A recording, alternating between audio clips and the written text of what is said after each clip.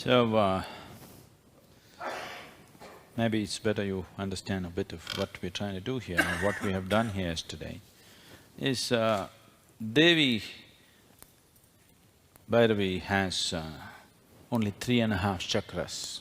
That's how she's made, intentionally so. Because she's only one half of Jnanalinga. She's half of him, and that's all she needs to operate. So she has only 3.5 chakras, the Mooladhara, Swadhisthana, Manipuraka, and only one half of Anahata. She is very, very passionate. Anahata is symbolized with two intersecting triangles. She has only one triangle. The other is not there, intentionally so. So we don't want her to be sappy and loving with people. She is very compassionate, very powerful. She can be angry, she can be cruel sometimes, but she's tremendously powerful. Her power is what we are enamored with. Her compassion is what we are enamored with. So, that essential structure has been built into the danda, which is called as the rasa danda because it has liquid mercury inside. What we established yesterday is a drida danda because it's solidified mercury. So this is liquid mercury, it'll stay this way. So this is the rasa danda. These two will reverberate together and make things happen. You will see from now, by midnight today, it will be phenomenally different. I want you to be like a snake, put your whole body to the ground and feel it. That's the idea of prostration, I want you to know. The idea of prostration is, you're not sensitive enough to go into a temple and just receive him like this. So you put your body to the floor, naked if possible. If nakedness is not allowed, with minimum clothes, at least the upper body. You know, temples always demanded this, no, slowly it's going away, so that you get in touch with the earth and feel it. That you're able to imbibe it at least that way. You're supposed to be… your body is supposed to be wet. Women were supposed to wear wet clothes and go and lie down on the floor, temple floor, so that what you are incapable of receiving just like this, at least this way, like a snake you crawl and get the best that you can get out of the place. Is she half a woman? No, she's a complete woman. It is just that in every human being, one half of you is feminine, another half of you is masculine. It is overshadowed because of certain hormonal secretions. If you have male hormones going in you, if you have testosterone going in you, it sort of overshadows the feminine in you. If you have estrogen going in you, it overshadows the masculine in you. But there is nobody here who does not have both in equal quantity. Everybody has masculine and feminine in the same quantity. To what extent you have subdued one aspect, either due to hormonal secretions or just to social conditioning, both ways you could have done it. So she's just woman. We've taken the man out of her. She's just a total woman, and that's dangerous. There is no masculine in her, she's just pure feminine.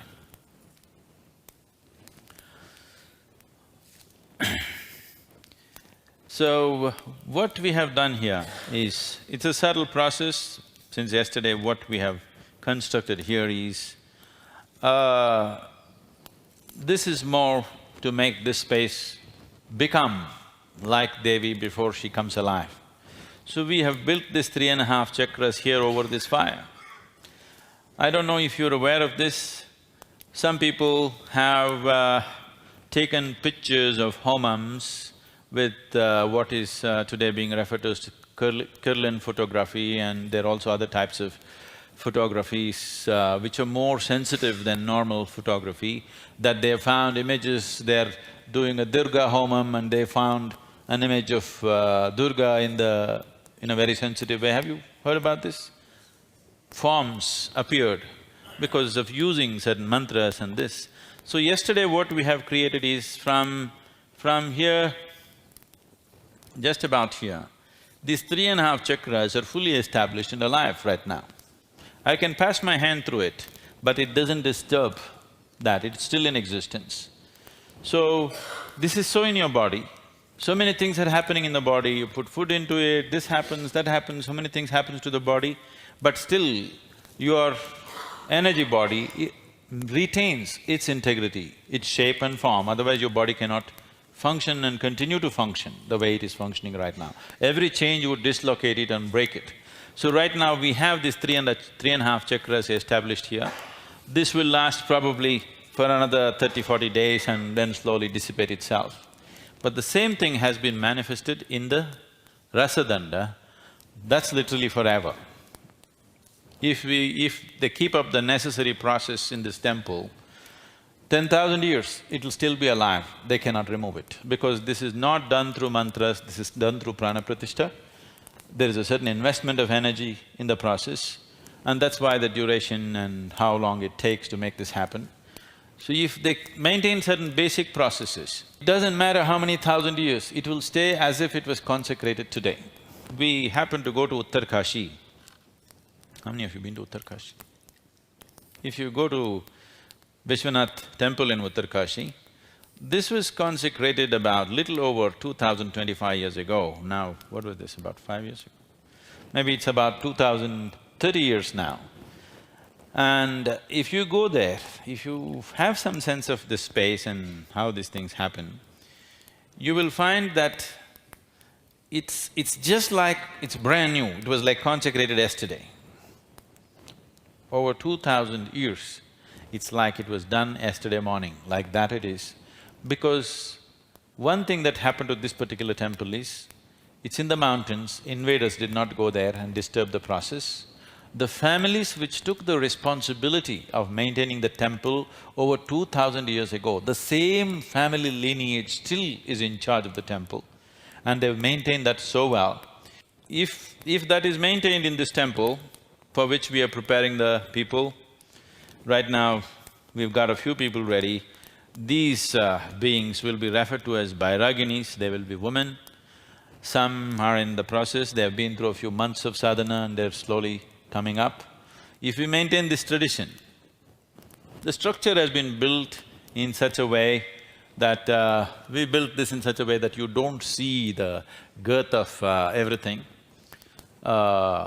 All the stone columns and everything is like huge rocks, okay? There is no cement, there is no any material which could deteriorate in a certain period of time. Even if there are seismological movements in the area, because Coimbatore is a seismologically sensitive place, in spite of that, if some basic little maintenance here and there is taken care of, a few thousand years is not an issue for this temple, it will easily stay. Only things like wood and this and that has to be maintained, rest of it will stay on. So the temple structure is geared that way because the Devi is geared that way. We will do this churning. I want you to now… there are many more things about this, but I won't go into those aspects. Essentially, when you do this movement, you are sort of reorganizing the body. You bring a new level of integrity into the system, and it also becomes a passageway for a new possibility, because if you do it with certain awareness, these two dimensions of moving clockwise and anti-clockwise, pradakshina and apradakshina, there is an inner space between the two.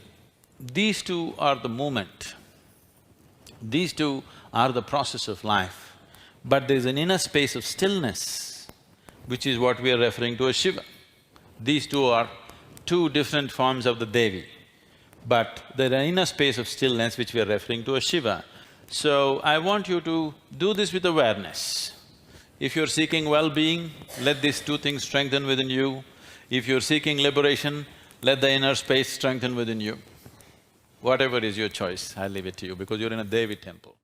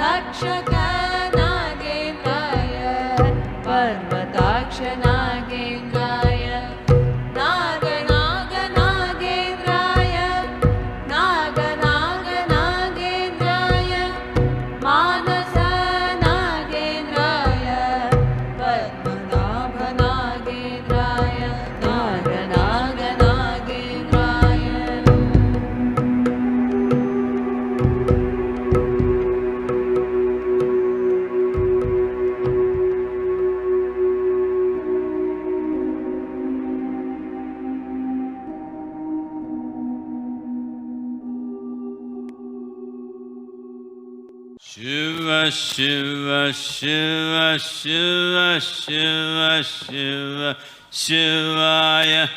Shiva, Shiva, Shiva, Shiva, Shiva, Shiva, Shivaya. Shiva, Shiva, Shiva, Shiva, Shiva, Shiva, Shivaya. Shiva, Shiva, Shiva, Shiva, Shiva, Shiva, Shivaya.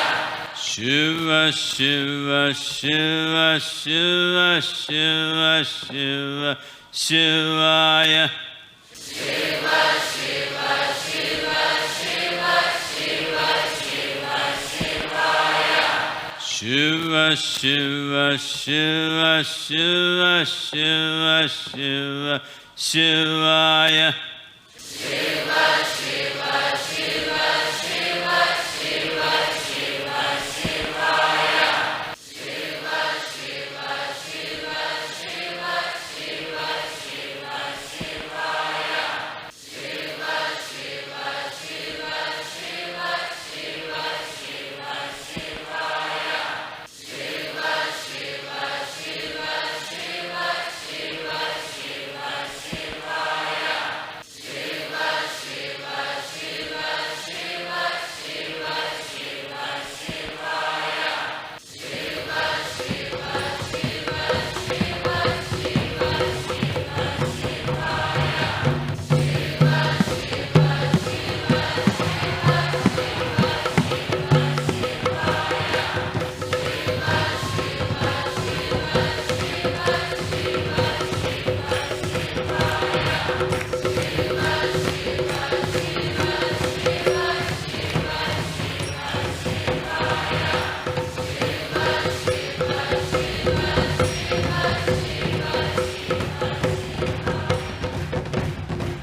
Shivaya.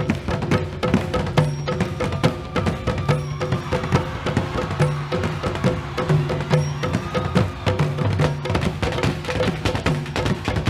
Shivaya.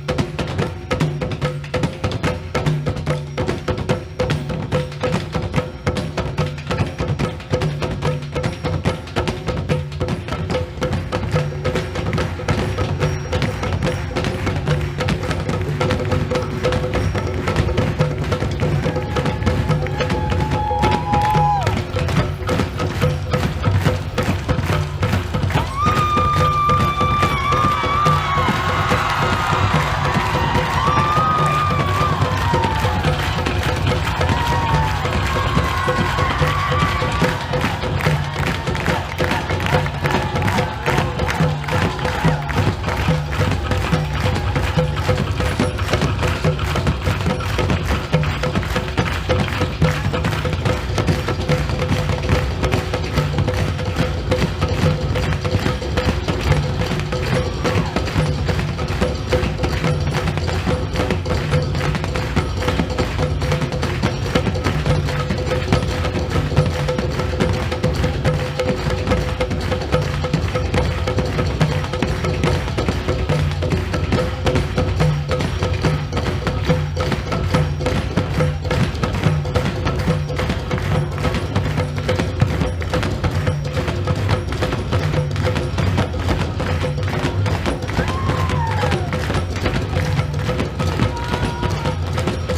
Shivaya. Shiva, Shiva, Shiva, Shiva, Shiva,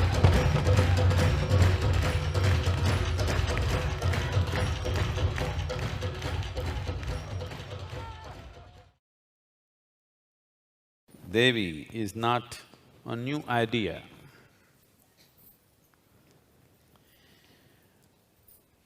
Let me briefly, very briefly touch upon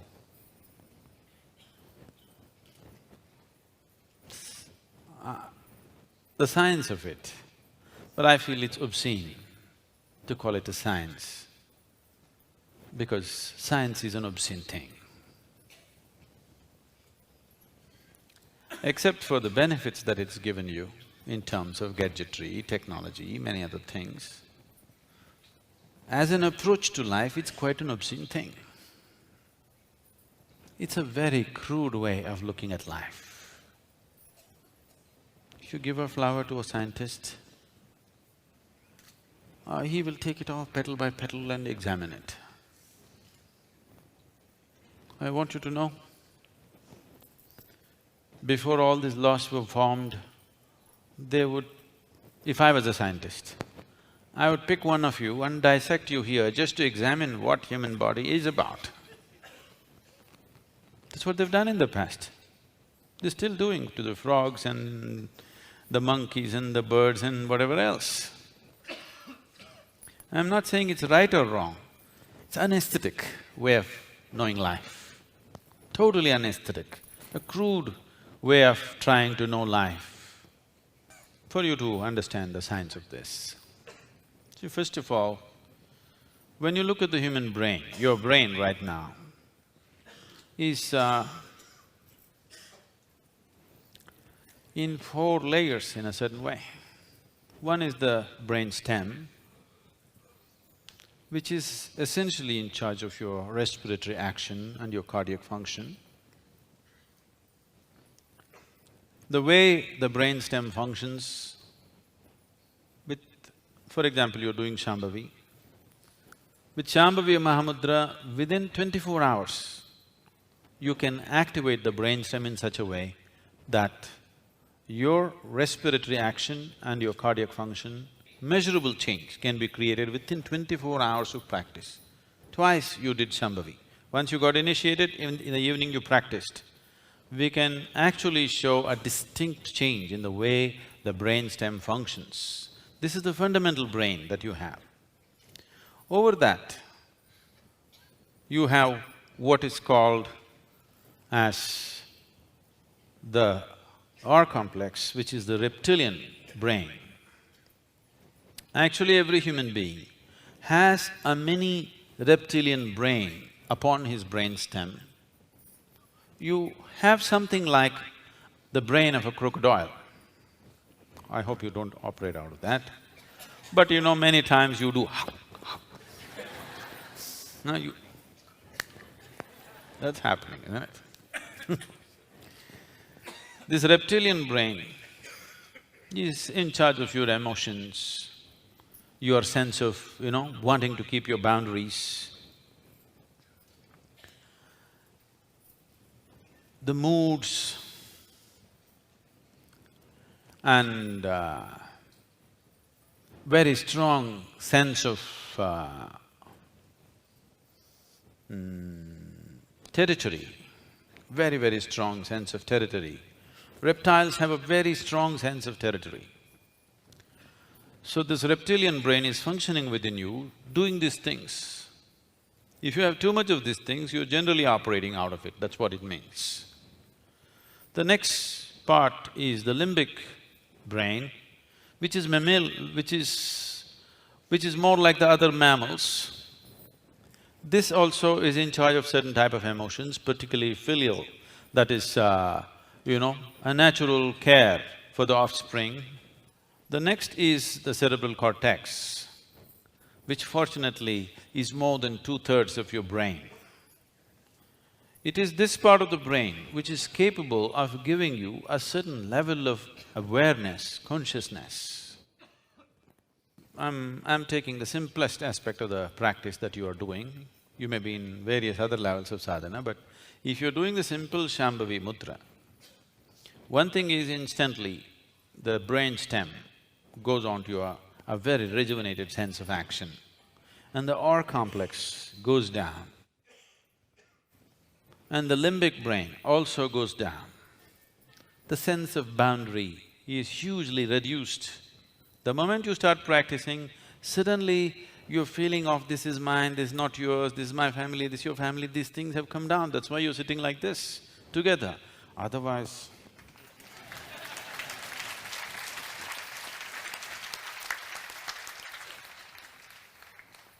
whatever the rituals that were created, but that were practiced in ancient times, were essentially created to transcend the reptilian brain, to transcend that sense of boundary.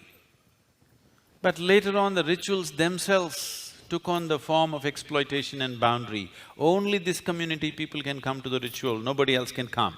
There was a time if a ritual is on, even if a lizard comes, he must be served. Do you know this? It doesn't matter, even if a beast, a crawling insect comes, you have to serve. So people who are in ritualistic way of life evolved this within themselves. There is substantial scientific evidence that just by chanting certain mantras, your cerebral cortex will be hugely activated and enhanced. There is substantial scientific and medical evidence today about this. We don't need these damn meters to tell us what's happening to us. What's happening to us is happening to us and we know it's happening to us. For thousands of years, we know this is what happens to us, but today, there must be meter reading, otherwise it's not approved. You could be lying, you could be making up things, possible. I'm not saying no.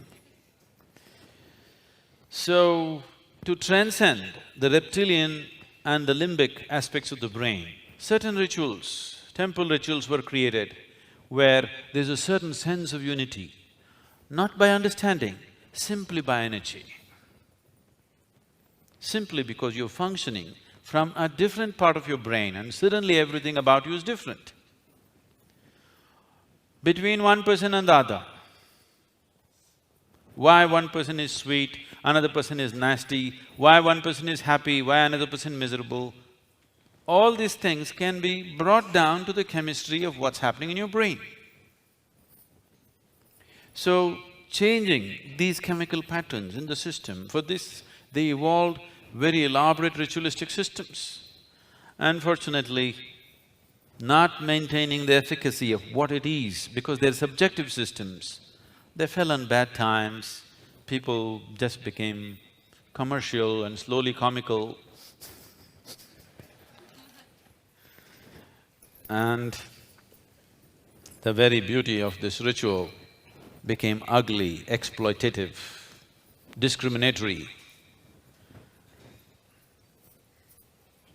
Devi temple, there's absolutely no ritual in the Dhyanalinga temple, but there'll be all kinds of rituals in Devi temple. For every situation in your life, there will be a ritual. If a child is born, there's a ritual. Child has to eat his first mouthful of solid food, there's a ritual in this temple. So child's ears are being pierced, there's a ritual. Child is starting his education, Vidya Rambam, there's a ritual. Everything, from birth to death, in between every other life situation, there's a ritual to assist them, to ensure that every step that you take in your life is a possibility for you to get in touch with the divine. Your child has to eat, that should become a possibility to make contact with the divine. Your child is just writing R today, that should become a possibility for you and the child to make contact with the divine. Anything and everything that you do should become a possibility. So, there are a series of rituals. No ritual at all. Somebody utters a mantra, you will be stopped there, you know this? If you say Shiva inside the temple, they'll say, shh. But here it's not like that. So all those people who can't keep your mouth shut,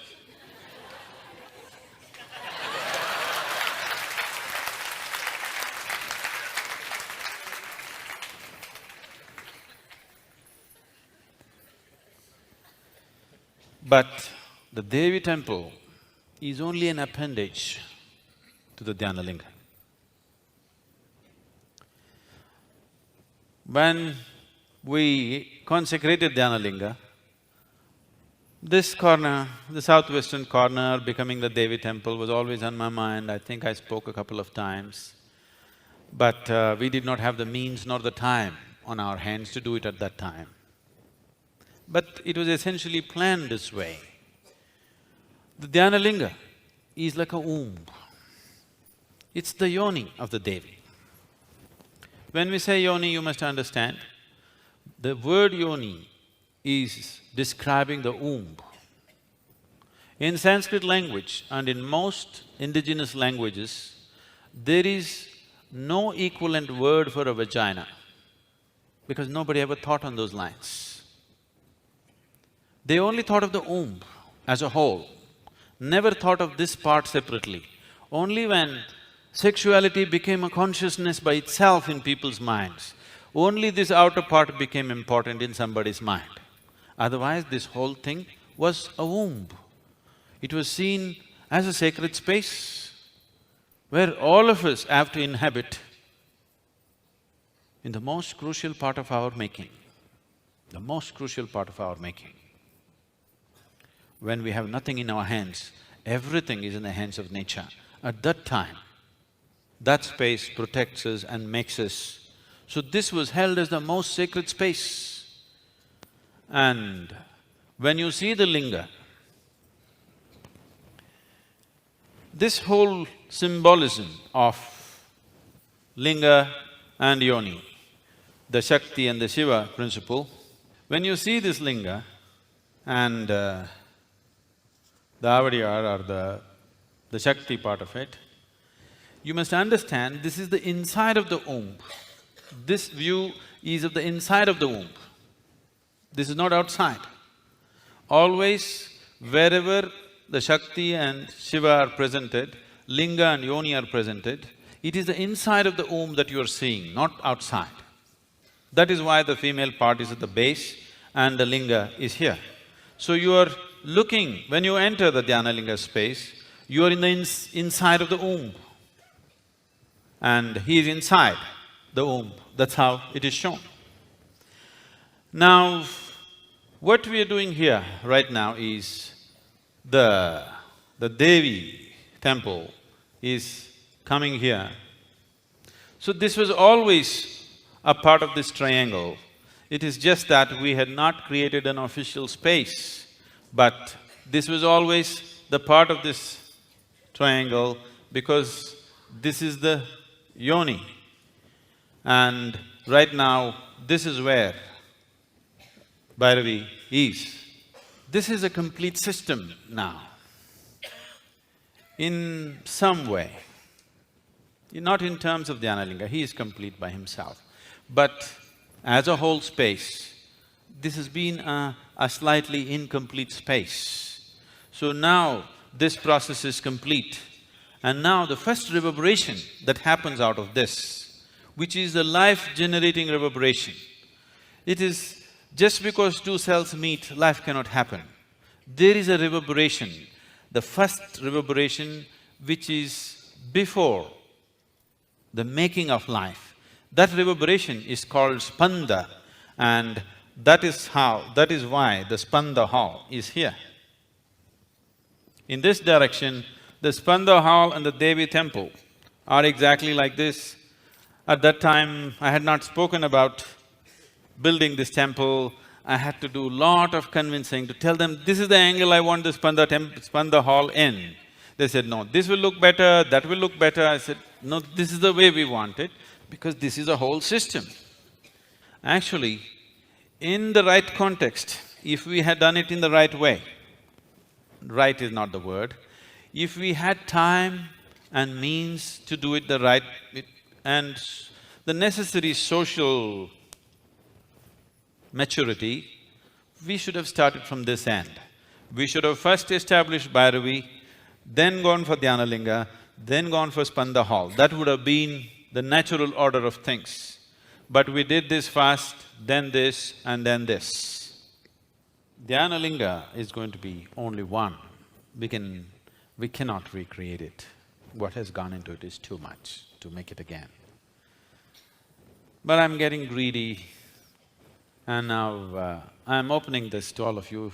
5,000 of you are here, many more who are not here who'll anyway invariably will see this in many ways. Wherever anybody wants to build a Devi temple in any part of the world, if it's in your home, in your office, in your whatever, I will personally consecrate all of that. I've decided that.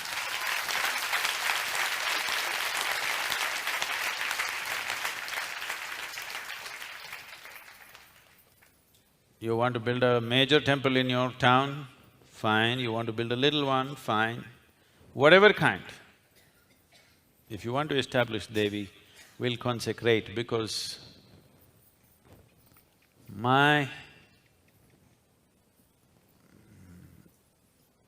see, the only thing that I'm really good at is just this. I can just make the air around me just crackle with energy. I can make a piece of stone into a god. This is the only thing I really know. I'm not a great teacher, you know.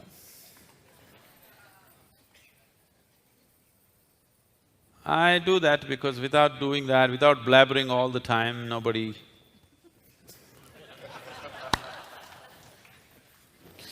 It doesn't work in the world. You have to blabber and blabber and blabber and blabber endlessly. Otherwise, my mission would be to consecrate the planet itself.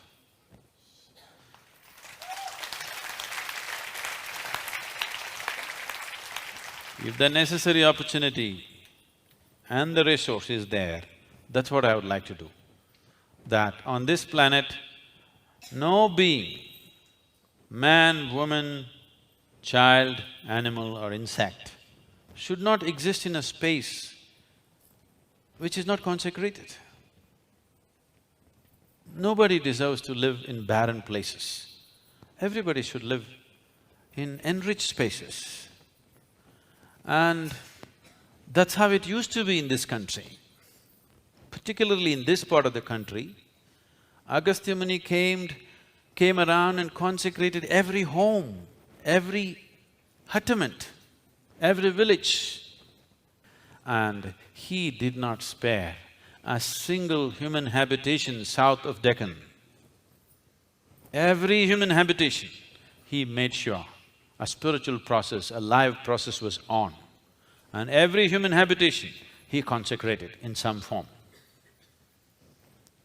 They say it took 4,000 years of work for him. We do not know whether it's 4,000 or 400 or 140, we do not know. But looking at the volume of work that he did, looking at the amount of travel that he did, obviously he lived a very extraordinary lifespan. So Agastya Muni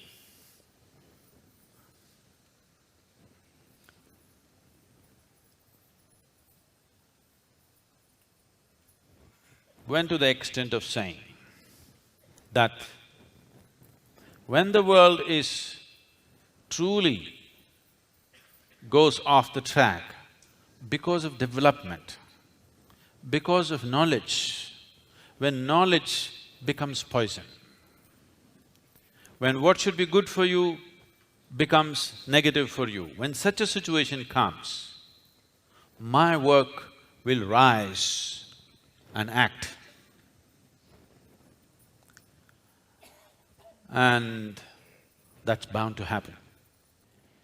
So, consecration is a process, a life process. It's like this. If you transform mud into food, we call this agriculture. If you make food into flesh and bone, we call this digestion, integration. If you make flesh into mud, we call this cremation. Or if you can make this flesh, or even a stone, or even an empty space, into a divine possibility, that is called consecration. Well, once again, because we need always backup, I don't need but the world needs, backup always from the modern science. Modern science is telling you everything is same energy manifesting itself in a million different ways. If that is so, what you call as the divine, what you call as the stone, what you call as a man, what you call as a woman, what you call as a beast, what you call as a demon, it's all the same energy functioning in different ways. So if it's the same energy functioning in different ways, it is the same electricity, which is light, which is sound, which could become so many other things depending upon the technology. So it is just a question of technology, that if you have the necessary technology, the simple space around you, you can make it into a divine exuberance. You can just take a piece of rock and make it into your god or a goddess. So this is the phenomena of consecration, which particularly in this culture, enormous amount of knowledge about this dimension of life was perpetuated, and this was held as the most important thing, because it doesn't matter what you're eating, how you are, how long you live, that at some point a need will come that you want to get in touch with the source of creation. And if that possibility is not created across the planet, if that possibility is not available to every human being who seeks, then that society has failed to provide true well-being for a human being. So it's based on this that every street had 3 temples, because you should not pass a few meters without having a consecrated space. It is with that awareness. These temples are not in competition with each other. Maybe now it is turning out like that, but that is not the reason why it is created. Largely we have destroyed this, but one place where you can still see this culture exuberantly alive is in places like Bhaktapur in Nepal. Every step you take, there's a temple. Every corner is a consecrated space. It doesn't matter, it's a public water tap, it's a consecrated space. These consecrated spaces were created everywhere. The idea is not to create one temple versus the other. The idea is that nobody should walk in a space which is not consecrated. Nobody should live in a space which is not consecrated. So always temple first, then houses. The whole of Tamil Nadu is built like this. Every significant town in Tamil Nadu, you go and see, first the temple, a grand temple, around that a little town. Because what kind of dwelling you live in is not important. Whether your house is 10,000 square feet or just 1,000 square feet is not going to make an ultimate difference in your life, but you are around a consecrated space. That is going to make a phenomenal difference in your life.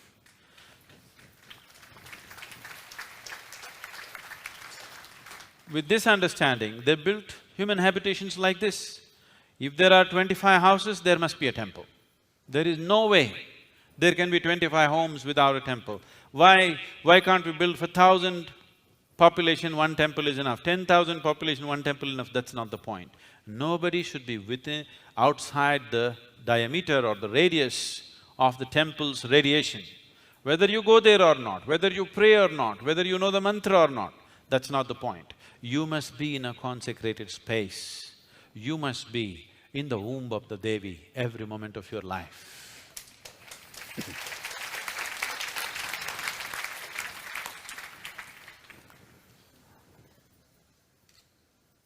This was not just in India. All over Europe were full of goddess temples which were razed to ground during the Crusades. That's what you hear, millions of women burnt, because these were all people, priestesses, Bairaginis, taking care of those temples, who had special kinds of capabilities, which suddenly the established religion saw as a competition and they wanted to erase it. The whole of Arabia was full of goddess temples. Just talking about these goddesses today, you could get killed. So that is the level of efficiency with which the feminine was uprooted from this planet. That is the level of ferocity with which the feminine was uprooted from this planet. The only and the only and the only land still today has a goddess in every village is only that which is south of Deccan Plateau. Still survived. This is Agastya Muni's work. Shiva said, I am sending the best man I have to you, the best. And when Shiva says he is my best man, he is too good. He is too good. And the work that he did is too phenomenal. And whatever we're doing here, just a small extension to his work, very small extension to what he has done. So we want to open up this possibility because it's my dream, someday the world should, the humanity should live in consecrated spaces. Your home should be consecrated, your street should be consecrated, your office should be consecrated. Wherever you spend time, those spaces must be consecrated. There is a certain beauty.